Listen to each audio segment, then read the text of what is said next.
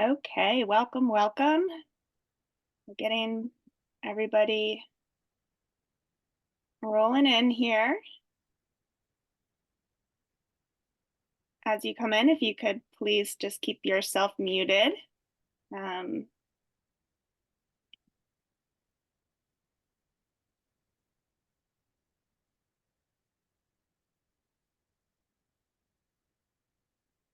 and we will get going in just a moment.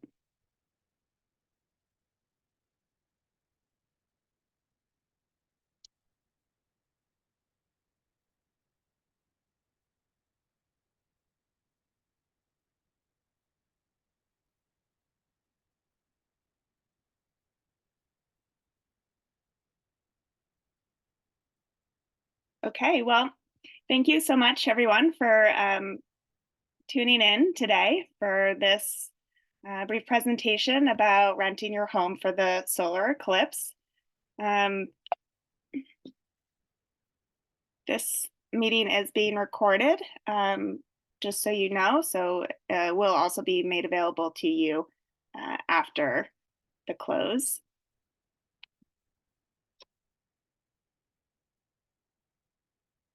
Oops. So to start, I'll just introduce myself. My name is Julie Marks. I am the executive director and founder of the Vermont Short-Term Rental Alliance. Just a little bit about me. I am a Vermont native, born and raised in Heinsberg. Um, and my journey into the rental world, both short-term and long-term housing, began in 2018. I now operate two vacation rentals on my home property in Jericho, as well as ski condos at Bolton and Stowe, and am a housing provider in Burlington as well. Um, I founded the Vermont Short-Term Rental Alliance in 2021. And we've been growing as an association ever since. I've served on the Government Affairs Committee for the National Association for Vacation Rental Managers since 2022, and am very happy to see you all here interested in taking advantage of this opportunity to share your space with people who are coming to Vermont for the special occasion. Just to share a little bit more about our association, we are a member-based nonprofit and nonpartisan association for the vacation rental community of Vermont. Our membership includes short-term rental homeowners and vacation rental property managers who operate in Vermont. And we really focus on three major areas: advocacy, education, and community. So we work with local governments and the state government to help advise them on what reasonable and enforceable regulations can look like around the state for this industry.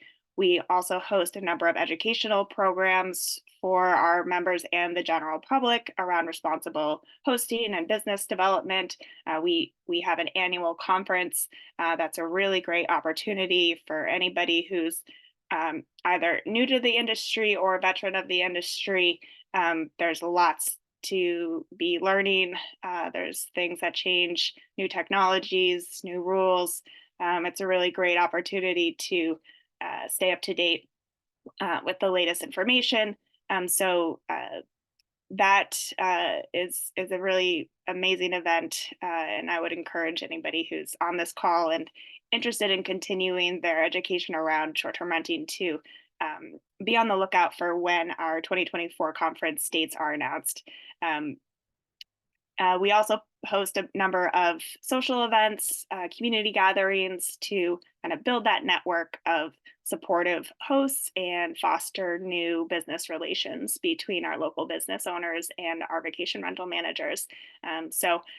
Again, if you're interested in hearing more from us, sign up for our newsletter, VTSTRA.org/newsletter, and that will keep you abreast to all the events and activities that we have going on in addition to events like this. So today we're going to talk about a little bit about the solar eclipse and what to expect, some basics around short-term renting and how to rent your space. Then I'm going to go through some of the risks and liability considerations, and with some additional resources and a Q&A with our special guests. So with that being said, I will ask that we hold questions till the end, um, but definitely take advantage of that opportunity to get your questions answered.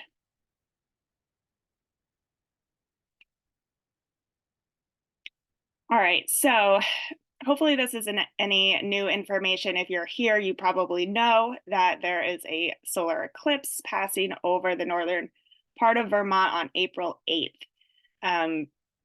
There are a lot of great resources online to learn more about the specifics of this event, but in short, the total solar eclipse will be passing over areas north of Middlebury, Montpelier, St. Johnsbury at around 3:26 p.m. on the 8th.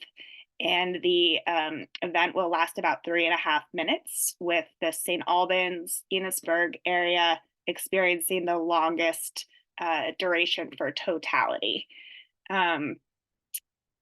This map is available online at greatamericaneclipse.com/Vermont-2024-eclipse. So I encourage you to learn more about this event. But there are people who follow these events and have been excited to come to Vermont to experience this for well over a year. So with that being said, we are expecting a huge visitation during this time. April 8th falls on a Monday, and we're seeing right now kind of peak occupancy on that Sunday before. So it's really hard to gauge exactly how many people will come, given that we are in Vermont and this is a time of year that is typically cloudy. We may see some weather dependent visitation and some last minute decisions, but we do expect a lot of increased car traffic as well as increased air traffic from private planes. Right now, the short-term rental industry is seeing occupancy, which is the bookings, the reservations that have already come in based on the available listings. That's at about 70 to 80%, depending. Well, in the northern part of the state, it's about 70 to 80%. In the southern part of the state, it's much lower. I think it was hovering around 40, 50%. But we are expecting to see that increase as we continue to get closer. And just for reference, our peak foliage weekends in this area, in this part of the state, in the short-term rental industry, tend to hit 95 to 98% occupancy. So I think the general warning right now is to brace for the peak foliage capacity and experience in terms of visitors in April. Short-term rentals are obviously going to be a very big part of providing this capacity to accommodate visitors, as we're already seeing the hotels are already seeing nearly full capacity. Okay, so to get into short-term renting, I wanted to start us off on common ground. This is the legal state definition for a short-term rental. It is a furnished house, condominium, or other dwelling room or self-contained dwelling unit rented to the transient, traveling, or vacationing public for a period of fewer than 30 consecutive days and for more than 14 days per calendar year. Now, that last clause is going to be important and relevant to those who are looking to take advantage of this opportunity and this opportunity alone. Some basic rules around short-term renting here in Vermont. One, food service cannot be provided unless you have a license from the health department. No more than 2 short-term rental units can operate on a single property.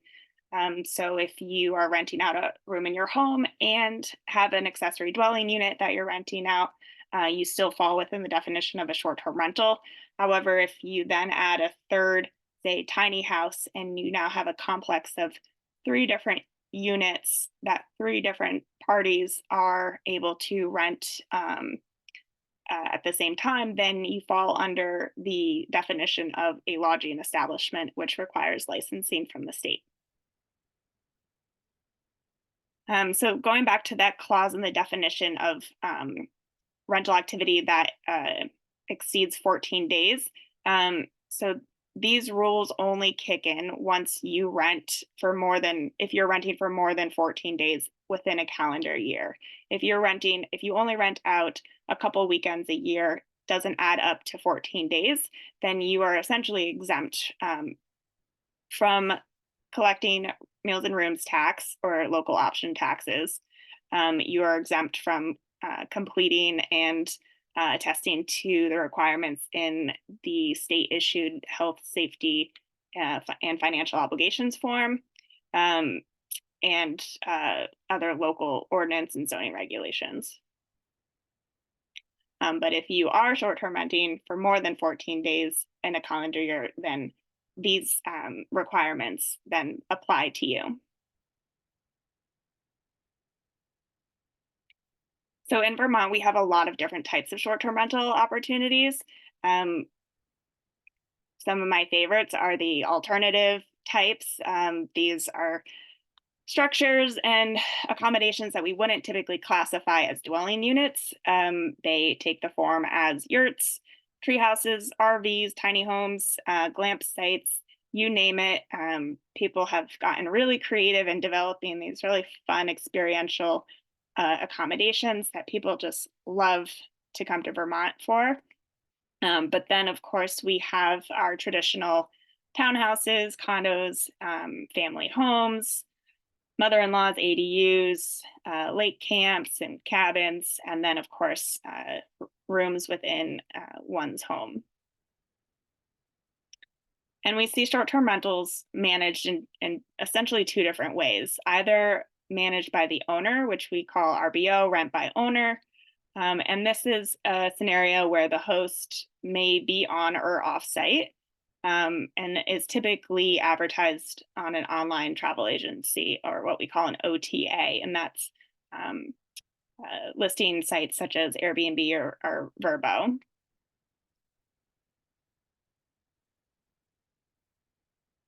And then we have the, excuse me, then we have the professionally managed or vacation rental managed service, which is when the owner hires a full service management company to provide the services of hosting. And this is often not found on the OTAs, but the vacation rental management company tends to have their own direct booking website and marketing to potential renters. So if you're considering managing a short-term rental on your own, there are several listing sites available that have built-in guest and host protections, which if you are here considering this opportunity as a one-off, I would highly recommend going through one of these platforms, because it does have these built-in protections, both for you as a host and for the guests, because they do identity verifications and have built-in insurance policies as well. So Airbnb is probably the most well-known listing site for this opportunity. You can pretty much list any type of short-term rental on Airbnb, including a room in your house that you would like to sublet for any amount of time. You can also use Airbnb to advertise rentals of any duration. VRBO is another, probably the second most common and well-known listing site for vacation rentals, but their distinction is that they are only available to whole home rentals, so no shared spaces. And then Hip Camp is one that is special for kind of that glamping and RV type of rental. And the caveat there is that I believe you do have to be able to offer bathroom facilities to be listed on their site. So it's a bit more of that glamping market, which we will see whether April this year allows for such an experience.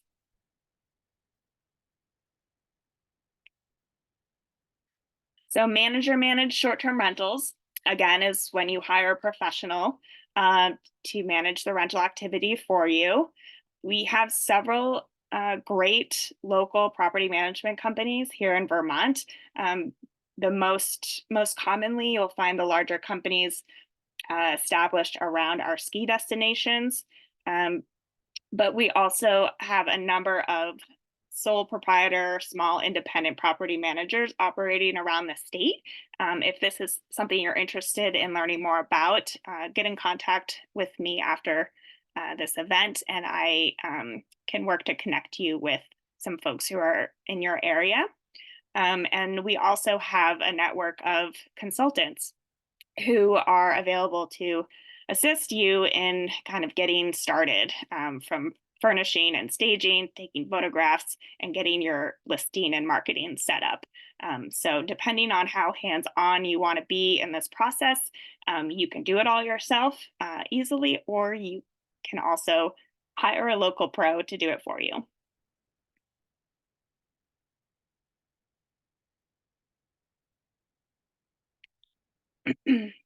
Okay.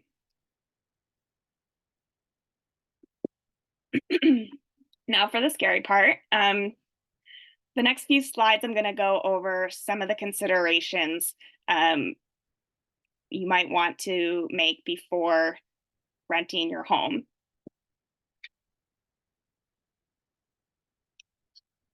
First and foremost is guest safety and injury. We take this very seriously as an association, and the number one reason that insurance claims get filed or people get sued is because of slips, trips, and falls.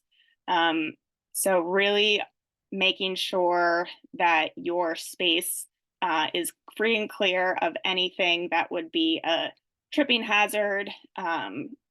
Slipping is is a big issue in Vermont, obviously in the winter, with mud, with ice, and falls has to do with stairs and railings and balconies, things like that, any type of ledge. So this is the number one safety issue and occurrence that we see in this industry. Secondly, your unit needs to provide fire extinguishers and have hardwired smoke and carbon monoxide detectors. And again, this is such a high level. This is such a high level review of the considerations that should be had. We do have more information on our website about safety requirements, as well as, again, educational opportunities throughout the year that really go into how to make a short-term rental safe for your guests. But at the bare minimum, we want you to be aware of these things. So insurance coverage, everybody, if you have homeowners insurance, you probably want to give them a call and find out whether or not the policy that you have covers you in the event of a short-term rental. Every policy is different. Some allow for it up to a certain number of nights per year. Others don't cover it at all. And so if anything were to happen while you had a short-term rental guest, that might put your policy and your coverage at risk. So it's always worth checking in with your insurance company to make sure that a short-term rental activity will still be protected with the insurance that you have. Property damage and security is another place to be aware of. I recommend creating some house rules. Consider whether or not you will allow people to smoke, to bring pets, to bring kids, to bring firearms. We often see it is very likely in these types of rentals to see all sorts of wear and tear or minor damage to furniture, appliances. Be aware of, think about what amenities you have. People are coming to your property not knowing how to use things that you might be accustomed to using. If you have anything in your property or in your home that's a little funky and you have to kind of give special instructions of how to use it, I would recommend making that very, very clear or removing that item from your rental. It's very common for things to get damaged when it's an amenity or an appliance that the general public isn't used to dealing with or functioning. So it's always a good idea to take kind of a different view and look around your property to see how somebody who's never seen it before might come in and interact with it and use it. And then lastly, security cameras. This is the big one. You cannot put any type of recording device inside your rental unit.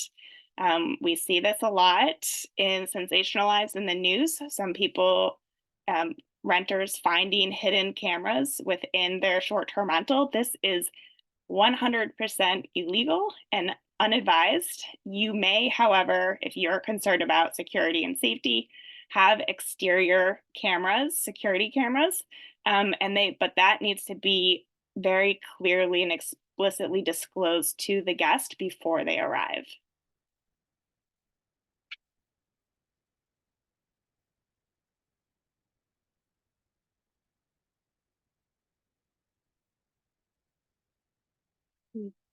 Another thing to consider are community disturbances.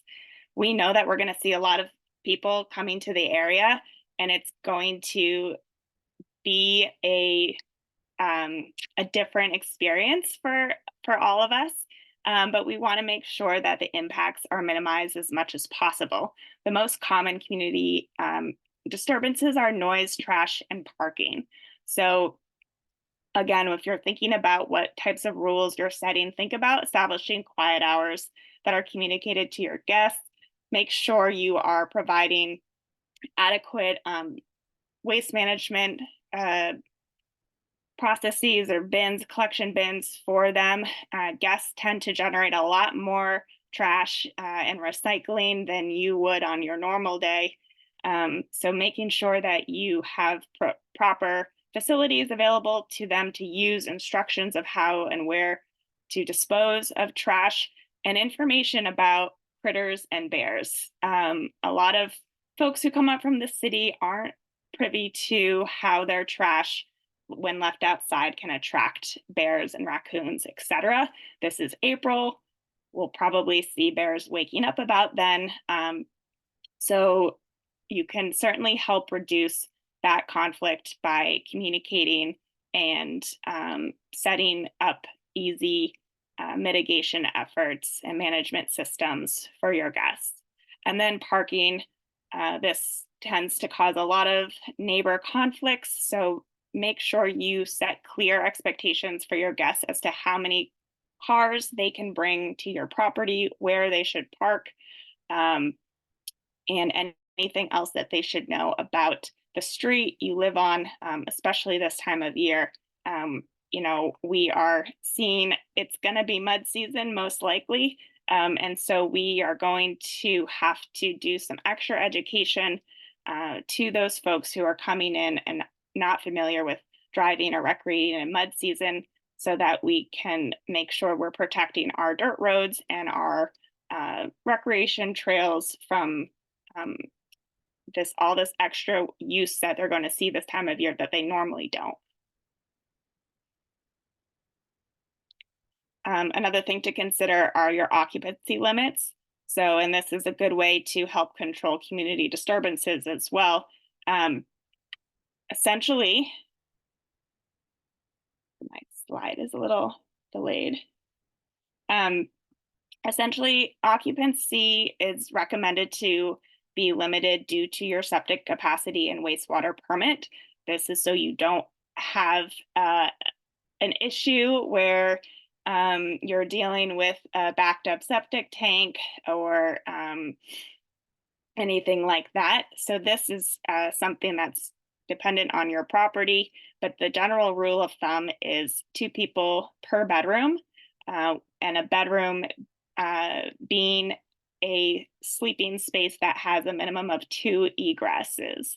So it is not, occupancy is not related to the number of beds and mattresses you can put in your home. It's related to your wastewater management capacity, your wastewater permit, and the number of legal bedrooms with a maximum of 2 people per bedroom.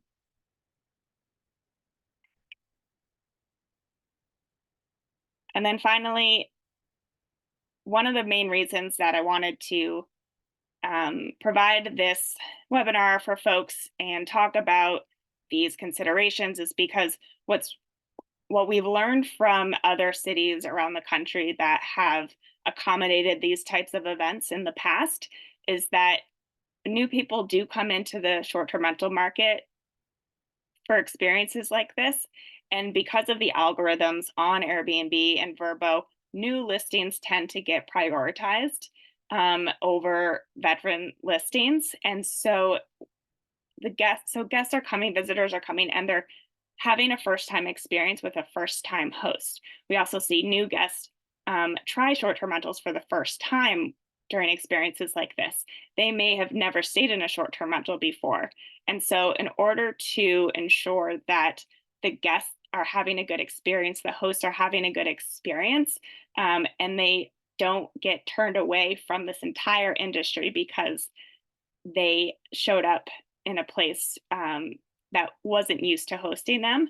We want to make sure that your guests have a great experience, come back to Vermont again, stay in another short-term rental, and you have a good experience hosting as well. So my main recommendation in terms of creating a good guest experience and getting a good review from your guest about their experience is to communicate with them, maybe more than you think is necessary. But they need to have the correct and accurate expectations of what they're going to get and what they're not going to get by staying with you or at your home. And they're also going to need all of that education to understand how to navigate your community, your town, and especially all the events that are related to this eclipse, which we'll touch on in a little bit.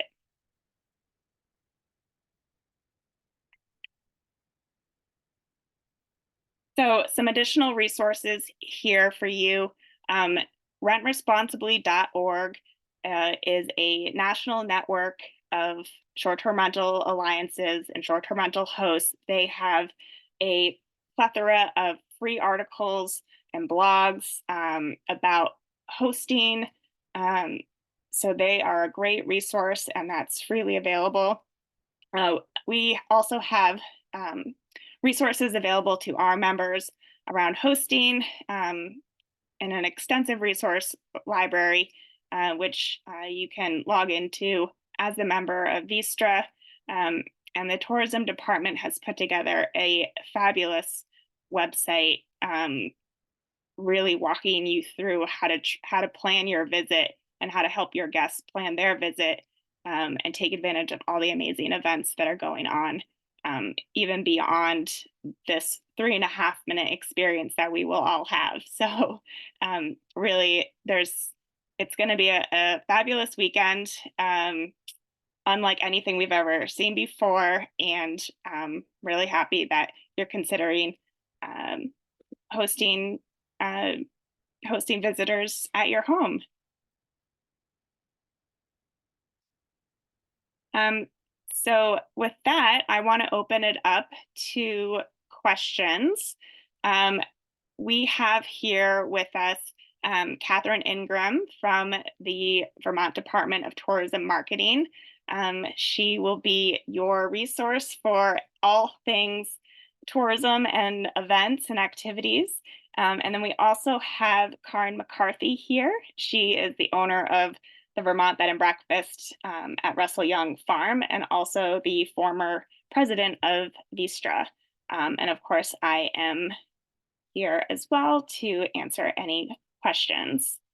So if you do have a question, please raise your hand and I will do my best to find you. Or you can drop something in the chat.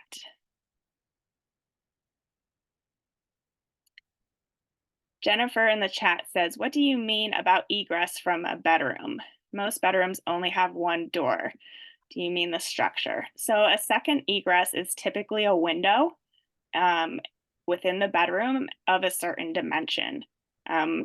We have on our website a resource about guest safety that should bring you to more information about what those dimensions are, what types of windows qualify as an egress window.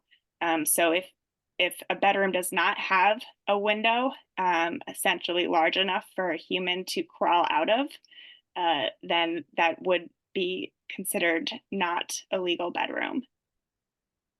But that's a good question.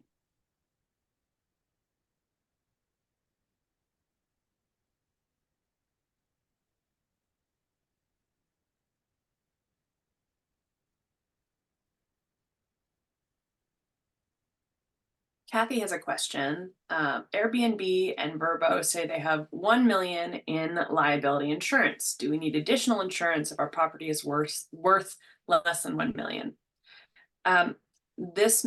It's always a good idea to check with your particular insurance company to make sure that the ins and outs of short-term rentals are covered by the insurance that you have.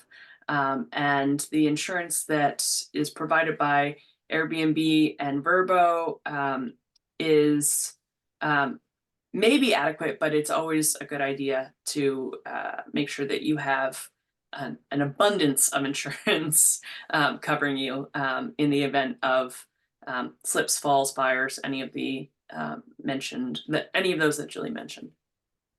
Yeah, and I guess I would add those policies are definitely good, but they're limited. And so the devil is always in the detail when it comes to insurance. You can read the fine print of those policies. They are generally best for small, minor replacement costs. If somebody breaks your couch or something and you need a new couch, or they ruin your bed sheets, Airbnb and Vrbo are really good at kind of coming in and covering that type of claim. However, when we talk about personal injury and liability, that's when that $1 million gets a little less protective than you might want. So it's also not necessarily related to your property, the value of your property, but the extent of a potential legal claim or issue like that.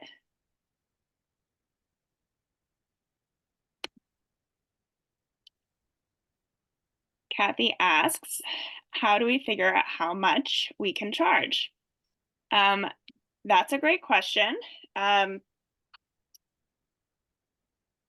Pricing really depends on what you have to offer. Karen, I might throw this question over to you? Yeah, I would start by doing some research. Think about what you have to offer and what's in your area.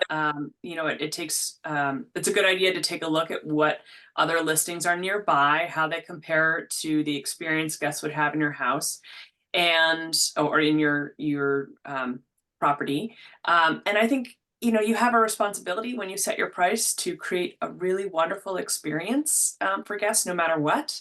And I think it's this event is going to draw so many people to our area. It's a wonderful opportunity. It's also your responsibility to make sure they go home and tell all their friends about what an amazing time they had in Vermont and the beautiful place that they visited. Because guests are way more likely to talk about it when they have a bad experience. They'll probably review things and gripe and moan and give bad reviews just as often or more than if they have a wonderful experience, because they might want to keep that place a secret for themselves for the future. So it's really, really important that you price yourself appropriately. And that helps to set the expectation of the guests before they arrive for what they're going to experience while they're there. It's also really important to offer something that's fair to the market, because there are many people who rely on hospitality as their income. So we also don't want people to come undersell the Vermont experience, because we have something really special to offer here. And I think it's always good to take a look at what's already listed on Vrbo, on Airbnb, on different search devices that you might use to see what the accommodations are on a typical weekend when it's not the eclipse, and then maybe the weekend of April 1st, and then the next weekend, and you can kind of get a picture of if other areas are lifting their prices, elevating their prices for the event, and where you might fit in depending on what your offerings are. Catherine, feel free to weigh in. I don't have very much, I'm not weighing in very much on how much people should charge. I do know that pricing generally is getting higher as we're getting closer to the event. But I'm not going to advise people to do that or to not do that. It's really up to you and your individual thing. In terms of the question that, let's see, so I guess Julie, I think so there were two questions that I think are very much like STR specific, like which of the three online sites charges the least amount to the homeowners? And Jennifer also wanted to say there's a local group called vermontproperty.com. And then there was another question about, for a single rental under 14 calendar days, do we need any kind of Vermont licensing or registration? I Right. don't want And those two questions get lost. thank you. Thanks, Catherine. Yeah, so just one last note on pricing. We definitely are seeing elevated prices for this weekend. The hotel rooms, depending on the hotel, are some of the nicer ones are booked for close to $1,000 a night. So again, it really depends on exactly where you are, what else is in your area, and how much competition there is. But to Karin's point too, it's important to make sure that you're providing the value that goes along with that price point, regardless of this unique experience that people are willing to pay extra for. The three sites, um, they have a little bit of they all have a different structure. So Airbnb charges a percentage um, of your rental rate. So they charge a service fee both to you as the host and to the guest. Vrbo, I believe, is more of a flat annual fee. Karin, you might be more familiar with that. And then HipCamp, I believe, is also a percentage of the total cost. And vermontproperty.com is a great local listing site. They do direct booking. So you would need to have your own system for managing reservations and collecting payment, which might not be something you want to set up if you're just going to do this once for this weekend. There was another a question about how long people are generally coming for and renting for the eclipse weekend. I would recommend a minimum of 2 nights. I think most people are coming in again on that Sunday and potentially staying through that Monday. But there are a ton of events going on all weekend long. So you could, look at hosting Friday, Saturday, Sunday, Monday, and having that 4-day availability, I think would be likely. And yes, Karin, please jump in. Yeah, I just wanted to say it's also a wonderful opportunity for you to showcase different cultural events, restaurants, breweries, attractions in the area. So this is the event that's bringing people to Vermont, and you have the opportunity and the responsibility to be a good advisor and make recommendations that will help people really build upon their experience while they're here and support the local economy. And so that's something that we really enjoy and pride ourselves upon doing as hosts, is really helping people to curate the best experience that they can while they're visiting, whether it's for a weekend or a few days or longer. And so that's I think a really important role, a job that you have, is kind of to be an advisor, a concierge. Not that you have to do all of the things for them, but helping people to have an insider's perspective on area attractions is a really nice way that you can make a human connection with someone that really benefits the local economy. Yeah, and then to respond to the question about for a single rental under 14 calendar days a year, do we need any kind of Vermont licensing or registration? No, you do not. Another question related to, or I guess an idea related to how much to charge, so that you can use the different OTAs for smart pricing. So you can set your minimum and kind of have a range, and they'll do the math for you as to what's appropriate based on what other listings are in your area and how interested people are in staying with you. Yeah, great questions, everybody. Mm-hmm. We didn't talk about it, but it might be a good idea if you need extra keys for your property to get those keys cut soon, so that you have appropriate security measures in place for your home.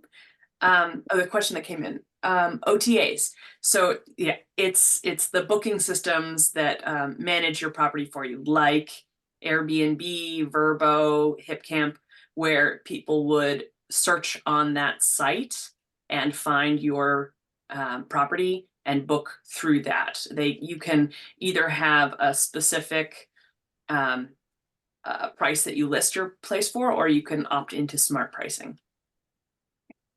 Catherine, I want to give you the opportunity too to talk about some of the events that are going on around the state and kind of how hosts can help guide their guests and visitors to what's happening. Yeah, so we have our events calendar, which is up in I'm going to put the website into here. We have the Plan Your Events page that's about the eclipse, which has a direct link to it. I also wanted to let people know that the state has put up a website as well for, I think it's mainly geared toward residents, which might be helpful just for people to know, but there are a lot of events happening all over the state. As you can imagine, there are many that are in the Burlington, Chittenden County area, but we're finding that a lot of smaller events, but they will be large to that area, are happening in like throughout the kingdom and up over, like St. Albans is having they're having one event in each of their parks, and they're expecting quite a few people. So, there are a lot of things. One of the things also I was going to mention is, in terms of being a good host, you might want to check with like your local restaurants and just find out, like, if I live in Hardwick, a lot of places aren't open on a Monday, but if I were to rent a property there, I would definitely go around and just be like, hey, are you guys going to be open? Like, figure out where they can get food. Just let them know where the gas stations are, because they're going to need to fill up before they leave. We are anticipating that there will be a lot of traffic. So we can't say like for certain what it's going to look like, but obviously if we have a much sunnier day than normal, like if we have some of the days like we did last week, we may have a huge influx of drive traffic, which isn't going to necessarily affect like being able to stay in Vermont, but it will affect being able to leave. And everyone's going to be trying to leave at the same time, which doesn't happen for foliage. Foliage people come and go, and it's dribs and drabs. And this is going to be like, everyone's going to come in at a certain time, and then they're all going to leave. So if it's really crowded, like being on the highway for a long time could be a reality. So definitely advising folks to either stay past the actual like end time of the eclipse, or make sure that their gas tank is filled up. We are going to put on that government website, there will be a map of EV charging stations. I know Tesla, I think when you are a Tesla owner, you get like your own map or whatever, but we're going to try to make stuff available to people that maybe we don't typically like concern ourselves with. And I think that's kind of like just the basic things. Where are you going to get food? Like, what time does your local country stores stay open until, so that they don't, like, oh wow, it's 6 o'clock and there's no place to go to the grocery store right now. Like, it's just little things like that, because it is April, which is not our peak time. So but you can also, like, I'm gonna also drop my email in here. There's only so much, I understand there's only so much you can do, and we certainly want everyone to have as good of an experience as we can, as they can. And we know that Vermont in April can sometimes be challenging. I want everyone to know that as a department, we're going to be trying to get the word out there to like bring layers, and it might be muddy and things like that. So we're trying to do the best that we can to make sure people understand what they're coming to. It will be beautiful and amazing, because Vermont always is, but there also are things that they may not have experienced before, especially if they haven't been to the state in April before. So yeah, that's what I have to say. No, I think that's perfect. I would add to it. I live at the end of a dirt road, so in particular, I am checking with potential bookings to say, do you have a high clearance vehicle? Have you driven in mud before?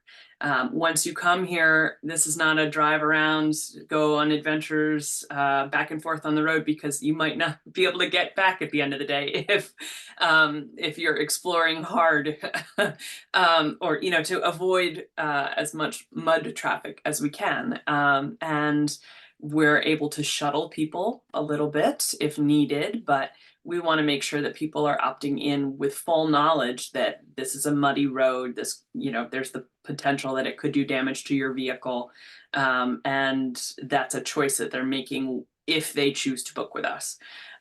We've purchased NASA approved glasses for the viewing, so that if they arrive and they forgot to bring them, or they didn't arrive for them in time, we have viewing glasses that they can use while they're here. And you can also create a package, I think, to help alleviate that traffic experience. Maybe say, if you stay 2 nights, your third night is half off, or something that helps to incentivize people having a great time here, extending their stay, supporting the local economy, and planning to have a Vermont vacation in whatever form that might be. And this is just the event that's drawing them here. I think that's a good reminder. We didn't even talk about the glasses. Catherine, how do people get glasses? So we had glasses, but we do not have any more to give out. I would just do web searches, because the state used to have some, there were some for employees through another department, and like we don't have any more glasses. So yeah, I'm sorry, I don't have anything better for that. I think some towns were purchasing glasses to give out. Some Um, public libraries have them as library. well. Yep. Yeah, I think that it's just important to know that, like, if you have a rental for, 8 people, you might not be able to get, because towns haven't been asking for a huge amount of them. Mhm. So we have given some out to towns, but they're like in the hundreds. They're not like in the thousands. So, but I would definitely, like, some of the towns that are planning bigger events are definitely buying glasses, and you can see, and it might also be okay to just, be like, here's some, you can offer to purchase glasses for people from a local place or something like that if they can't, come with them. But yeah.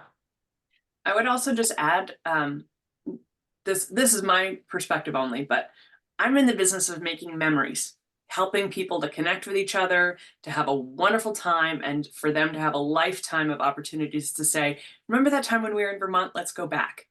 And to have that connection with people, and to have that, um, you have a responsibility as a host to make sure they have a great time.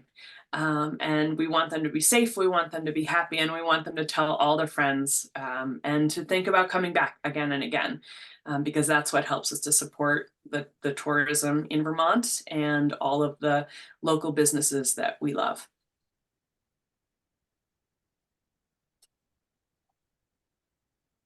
Well, I thought you guys would have some hard questions for us. Ready for the hot seat? I think these questions have been great. I hope that the information presented and this Q&A has been helpful to folks. Again, you feel free to reach out to any one of us here on the call if you have additional questions, or a specific personal circumstance that you're trying to figure out. Again, if you are looking for a local property manager, reach out to me, so I can help connect you um, with somebody who's linked into our network. Um, let's see, we have another question from Jennifer. Hard to decide to commit to one of the online sites for a 1 week rental. Thoughts about Facebook and Front Porch Forum? That's a good question. Again, because of the safety, and security protections that are built into a platform like Airbnb, that would be my recommendation. There are, you might not want to just let anybody rent your space that hasn't been vetted, by a system like that. So, there are a lot of potential for scams out there, which going through an unverified platform like Facebook, Craigslist, Front Porch Forum would potentially open you up to. Whereas going through the platform of Airbnb would be a little bit more protected. So there's that consideration. Cancellation, that's definitely something to consider as well. Again, because we are in a much more weather dependent area. If you, and that's up to you. If you set a cancellation policy of non-refundable, you might limit yourself in terms of who's willing to take that risk, or who's just going to come no matter what, versus being more flexible and capturing that last minute booker who is waiting for the 10-day forecast before they pull the trigger. Um, but I think both of those opportunities present themselves. Um, I would just offer that if you're doing direct booking, that we always try to offer our humanity. If there's something that comes up where someone has to cancel far in advance, we take a deposit, and then we honor that deposit towards a future stay if they're interested. If you're considering staying or continuing in this role of being a host, or short-term rental provider, it's something that you might this might be a first foray for you into additional bookings. And so you might think about ways that this is a test case. You want to try it out, see if it feels like a good fit for you and your family. And then try and be the best human that you can, because people really appreciate that. Yes, and did you mention security deposit? Yeah, it depends on Security you and how you advertise your space. You can set up different agreements. You can set up security deposits. You can have different contracts. It's always good to be upfront about any agreements before somebody books, and then throughout your communications, just reiterate anything that you've agreed upon, especially prior to their arrival. I think it's maybe I don't know if it's a universal, but people tend to agree to all the fine print and then read it afterwards. So it's a good reminder to, when they're coming to stay, you remind them again how many vehicles, where the cars park, and if there's outdoor cameras, to alert them to that in advance before they arrive on site. To let them know the Wi-Fi password in case they need to run inside to a business call or something. So just to be really proactive about any communications and agreements that you have, but specifically about the number of people, the number of vehicles, any of those non-negotiables are really important to have up front. That's great advice. We're getting some questions about taxes when you are renting for more than 2 weeks of the year. So the way that we've been interpreting the statute is that it's not the 15th day that you begin paying taxes. It's if you are renting a total of more than 15 days, then that entire rental activity becomes subject to the state meals and rooms tax, which is a 9% tax. Now, depending on which community you're in, your municipality may also have a opted into the local option tax, which you'd also be required to collect and remit, and that's the 1% tax. Now, if you are using a platform such as Airbnb, they have an arrangement with the state to automatically collect all of the taxes that are required on your behalf. So if you're only collecting reservations through Airbnb, you don't need to worry about your tourist taxes. However, if you are collecting reservation revenue outside of that platform for more than 2 weeks in a year, then you are independently required to create a business tax identification with the Department of Taxes and file monthly tax remittance. Again, we have more information about this on our website and under our FAQ page. So I'd recommend reading through that. And of course, you can always reach out to the Department of Taxes. They have also some information around that. I'm a little biased because I'm a member of VTSTRA and a former board member, but it's a really great resource provider and way to connect with other business owners. If you're looking for particular advice or input about what it is that you have to offer, and questions you have about liabilities, best practices, technology, customer relations, it's a really great way to make sure you've got all your ducks in a row to provide a great experience for guests. Great. Well, thank you so much, everyone. We are right at 1 o'clock. So I just want to thank our guest speakers, Karin and Catherine, for being here and providing all this wonderful advice and insight. Again, thank you all for tuning in. I hope you learned something. And again, reach out to us directly if you have any additional questions. Happy hosting. Thank you so much, Julie. Take care. Bye.